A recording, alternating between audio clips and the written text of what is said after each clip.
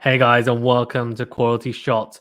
Right, first of all, thank you to those who are already subscribed to the channel and have already liked the videos. And of course, have clicked the notification bell to this channel. If you haven't already, please do subscribe to the channel and click the notification bell as well to get alerted to all the new videos. Novak Djokovic, the update. We're going to go. There's a lot to get into. Of course, the last video I did, we said it looked like he was going to be deported. He was being held in an immigration detention, I guess, is the best way of putting it. And he's still there. He's still there. It turns out the reason that he was given the exemption is not to do with anything specifically medical, as in like a medical condition. It was to do with the fact that they are claiming, and I don't see why they would lie about this, to be honest with you, and also the records will show, but they are saying that Novak Djokovic caught COVID, so it would have been for the second time because he got it the first time when he held an exhibition tournament with other players, and they all caught it then, and there's obviously definitely some backlash to that, whether you agree with that or not. Look, I'm not going to get into that, but what I would say is very interesting because they said that he had COVID in December, which was last month, and there's pictures emerging of him without a mask. Now, that doesn't mean anything because it depends on regulations, it depends on a lot of things. But what we do know is that the medical exemption was given because they had said, look, Djokovic had COVID in December. So that means, sorry, excuse my cough, that means, and the rules are that if you've had COVID within the past 6 months, you don't need to be double vaccinated. That is what the regulations are and have been stipulated by the Australian Open. Now, the issue is that Djokovic has come into the country, obviously. He's been held because they're saying that he doesn't have the right documentation. And it seems to be, I can't say 100% for sure because, I'm not in that room. I'm not in those conversations. That they have an issue with the reason for the exemption. They have an issue with the reason for the exemption, and that is why he's being held. Now, we have not just people, tennis connoisseurs, tennis reporters coming out and talking about it. Of course, all the players have been talking about it. Now, before we get into the players, which are Kyrgios, Murray, and Nadal, who have all given some type of opinion on it, we're going to go into the second player that we know of whose visa has been denied. Now, that person is Czech tennis player Renata Vorokova. She entered the country to play in the Australian Open. She was held in the same hotel as Novak Djokovic, who, as we know, is appealing the cancellation of his visa. Now, the Czech government, which is where she's from the Czech Republic, said she entered Australia on a valid exemption. She contracted COVID-19 recently. The government in Prague says she will now withdraw from the tournament and leave Australia, so that she's already left, from what I know.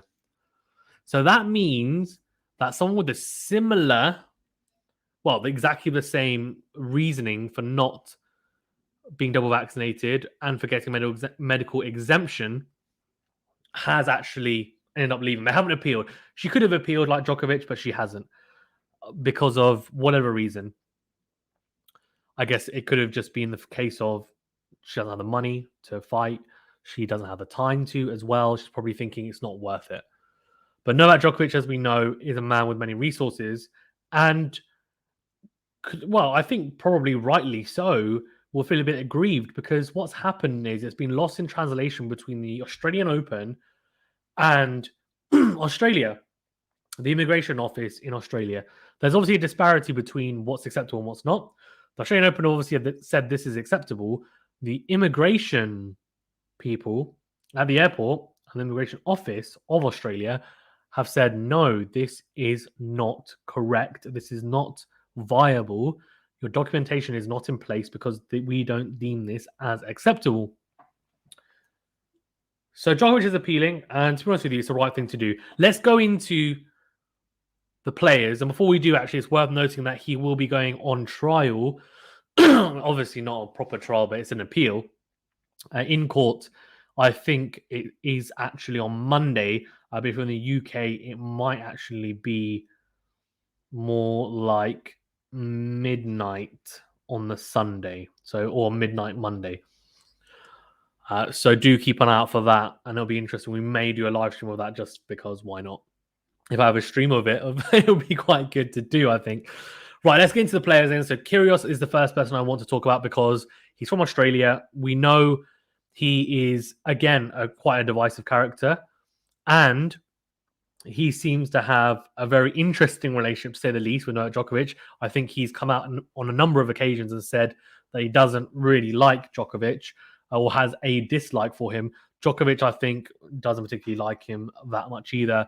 And Kyrgios has mimicked his celebration, etc. However, the one thing you have to say about Nick Kyrgios is that he is normally fair when it comes to external affairs, and that's exactly how it seems.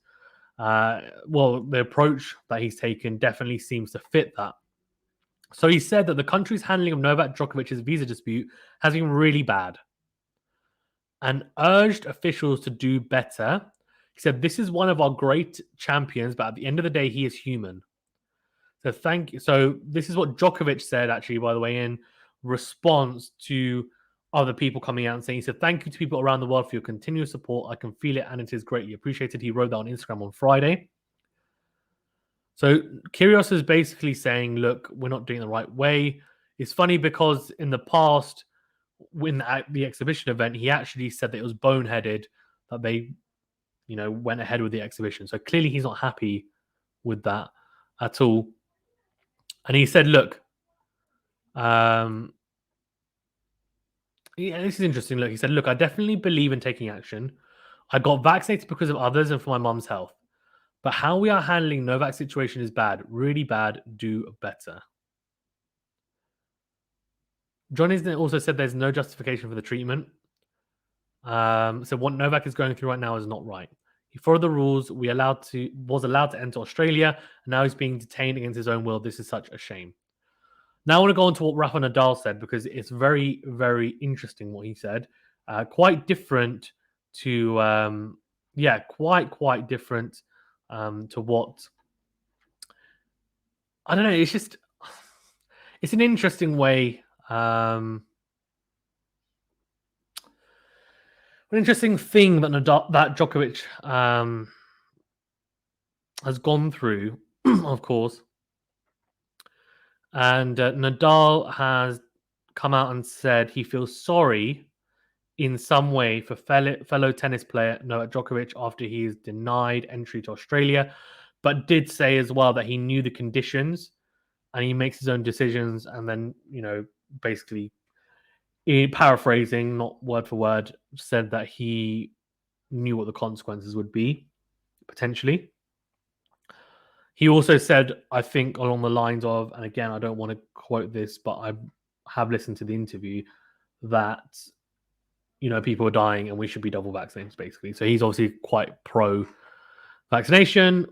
And he said he has some level of empathy for the situation, probably because the fact that Djokovic was told that it's okay. But he's probably also, from his point of view, he's saying, but he probably he should have been double vaccinated because it would have avoided all of this, I think, is what I gather from what Nadal said.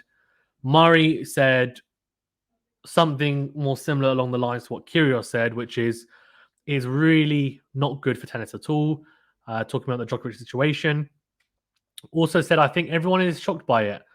And obviously, Djokovic is being held in an immigration detention center. So Murray was talking about that and also the whole situation. He says, I'm going to say two things on it just now. The first thing is that I hope that Novak is okay. I know that they've grown up obviously together, very similar age, and are relative friends, if I'm not mistaken. He says, I know him well. I've always had a good relationship with him, and I hope that he's okay. And he said the second thing is it's really not good for tennis at all. And I don't think it's good for anyone involved. I think it's really bad.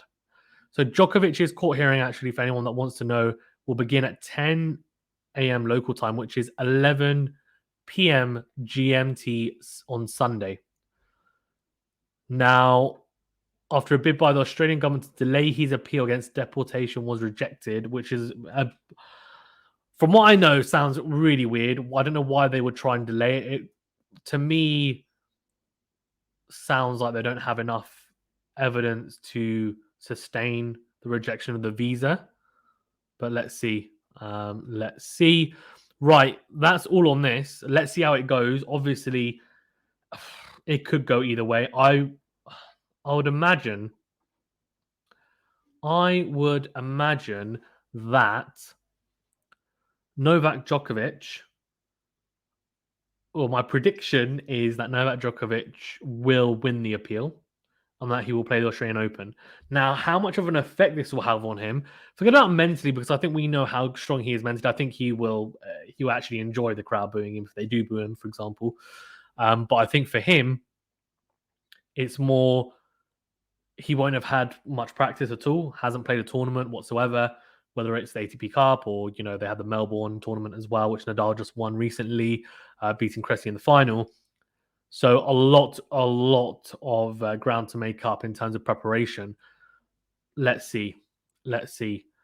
Also, there's been reports coming out and rumors that he hasn't been allowed a chef, his personal chef, and that he's had to eat the detention hotel food, which hasn't been great, and all kind of bits and bobs like that.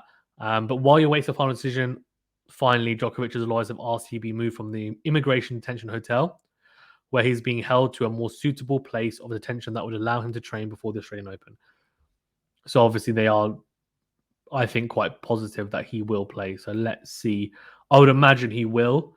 And I think, to be fair, given what they put him through, and I think there is clearly a lack of communication from Craig Tiley, who's the Australian Open head, and also, well, I think maybe it's just him. I mean, they clearly haven't looked correctly at how their regulations can be in line with what the Australian government have put forward. I mean, if they've granted it, then they need to look at themselves, and we'll see how it all goes. But it's a very interesting scenario, to say the least. Let me know what you think of the whole situation. Let me know whether you think he will win his appeal. Will he be at the Australian Open? You let me know.